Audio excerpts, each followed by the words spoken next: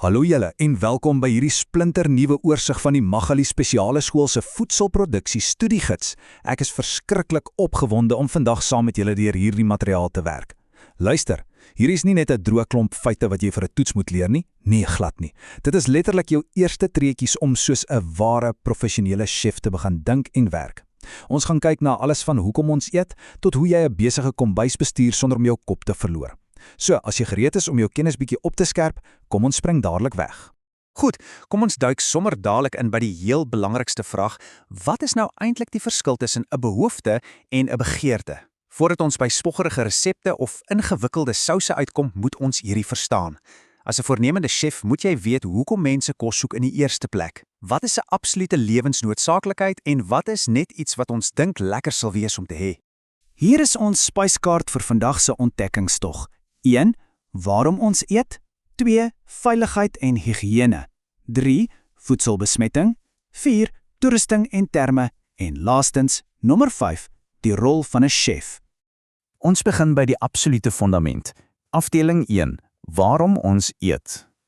Weet jy wat regtig fascinerend is hier? Dit wys vir ons presies waaroor oorlewing gaan, teenoor blote luksheid. Aan die linkerkant, ons behoeftes.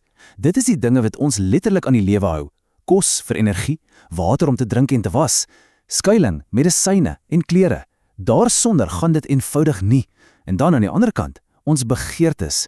'n lekker groot TV, 'n vinnige kar, daardie bak roomys of 'n vinnige burger by 'n kitskosplek. Dis fantasties om dit te hê, glo my, maar jy gaan nie daarsonder omkom nie. Kos in sy mees basiese vorm is lewe. Dis jou beginpunt. So, ons weet ons moet eet, maar watter tipe kosse? Hier is 'n baie handige uiteensetting van jou 5 hoofvoedselgroepe. Jy kry lipiede, klink baie wetenskaplik reg, maar dis eintlik maar net jou vette en olies, soos botter en note. Dan is daar suiwel, vol kalsium, soos jou melk en kaas. Proteïnes is volgende: jou vleis, eiers en bone. Dink aan hulle as die bakstene wat jou liggaam bou. Dan het ons die koolhidrate, soos pasta en brood en aardappels. Dit is jou liggaam se brandstof. Dit gee vir jou daardie energie. En natuurlik groente en vrugte, soos jou broccoli en appels, wat propvol vitamiene sit. En terwyl ons nou oor vrugte en groente praat, kom ons kyk gou na die verskil tussen vitamiene en minerale. Plante vervaardig meeste van ons vitamiene, wat absoluut krities is vir die liggaam, maar moenie minerale vergeet nie. Goed soos natrium en kalsium klink miskien iets uit 'n wetenskapsklas, maar hulle is net so belangrik vir jou gesondheid. Jy kan dit sien as die fynere instellings van jou liggaam se engine. Jy het albei nodig sodat alles regloop. Reg, kom ons skuif aan na die plek waar dinge warm raak. Afdeling 2, veiligheid en higiëne.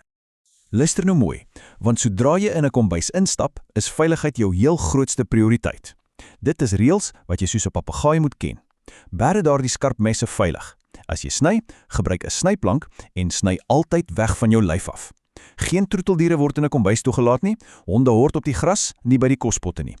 Kyk mooi uit vir brandgevare. Hou gordyne ver weg van die stoof af en asseblief moenie sulke lang, wymoue dra as jy kook nie. Nog 'n kritiese reël: as jy gifstowwe het, moet dit baie duidelik gemerk word en weggehou word. En hier is 'n slim trek. As jy toevallig 'n glas breek, draai daardie stukkies eers mooi in koerantpapier toe voor jy dit weggooi. So sny niemand al hande oop as hulle die asblik leegmaak nie. En dit vloei direk in ons stappe in vir 'n hoë standaard higiëne. Hier is die 5 goue stappe. Nommer 1. Hou jou kombuis silwerskoon en vry van peste. Nommer 2. Bære jou kos in ligdigte houers in die yskas, altyd onder 4°C. Nommer 3. Kook jou kos deeglik tot by 'n interne temperatuur van minstens 75°. Dis baie belangrik om kieme dood te maak. Nommer 4 is 'n absolute moet. Moet nooit dat rou kos aan gereed om te eet kos raak nie. Kruiskontaminasie is 'n ramp wat net wag om te gebeur. En nommer 5. Gaan daardie vervaldatums na en gebruik altyd net vars bestanddele. As dit sleg ruik of verval het, asblik toe daarmee. En as dinge verkeerd loop, wel, dit bring ons by afdeling 3, voedselbesmetting. Ons het nou net oor dinge soos snywonde en brandwonde gepraat, maar hier is die stilletjies, onsigbare gevare wat in jou kos kan beland as jy nie wakker slaap nie. Die eerste een is chemiese besmetting. Dis presies wat dit klink, skadelike goed soos plaagdoders, skoonmaakmiddels of gifstowwe wat op die kos mors. Dink net daaraan, 'n spuitjie oppervlak skoonmaker op 'n snybord waar jy later groente gaan sny. Dis letterlik gif vir jou klante.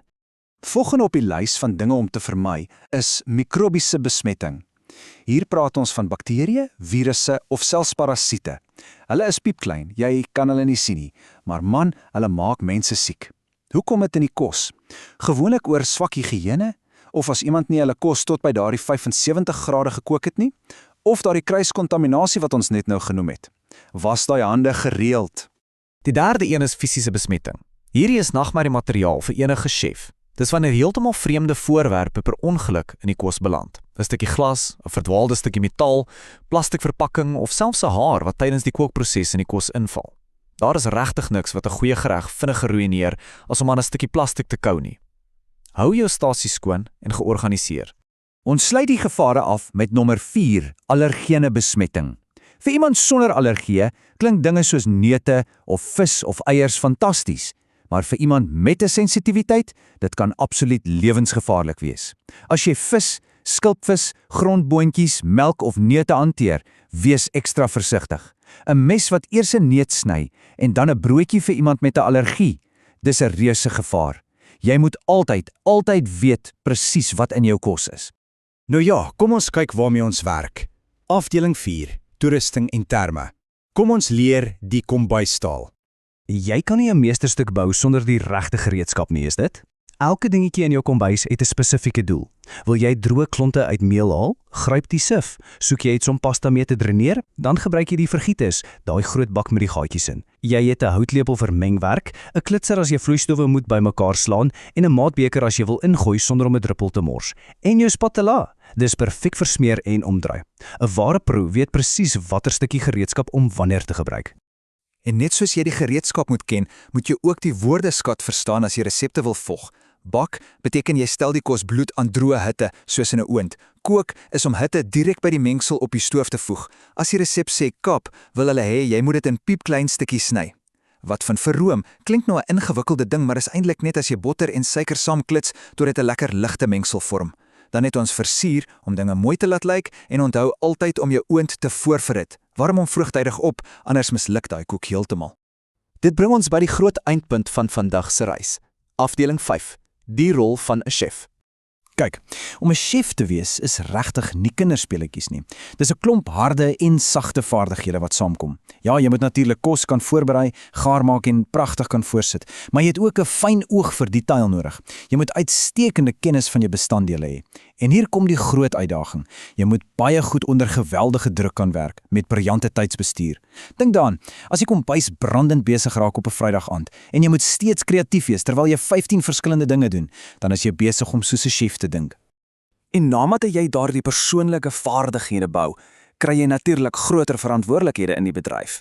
Jy staan letterlik aan die stuur van dinge. Dit is 'n chef se plig om orde en kalmte in die kombuis te handhaaf. Jy gaan voorraad moet bestuur en bestel, sodat alles vars is. Jy maak seker die res van die personeel doen hulle werk korrek.